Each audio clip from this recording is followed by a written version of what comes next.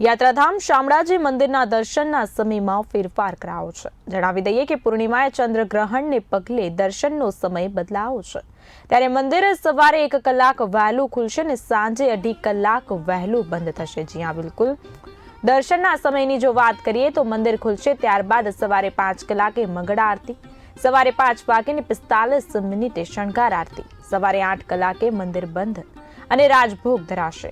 ત્યારબાદ સવારે 10 કલાકે રાજભોગ આરતી, સવારે 10:45 મંદિર બંધ થશે, સવારે 11:30 કલાક અને ઉત્થાપન મંદિર ખુલશે અને બપોરે 12:45 કલાકે।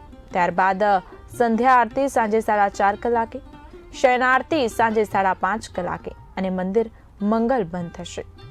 સાંજે 6 કલાકે સાથે જ પૂર્ણિમાના બીજા દિવસે મંદિર પ્રક્ષાલન બાદ દર્શન રાબેતા મુજબ ચાલુ થશે।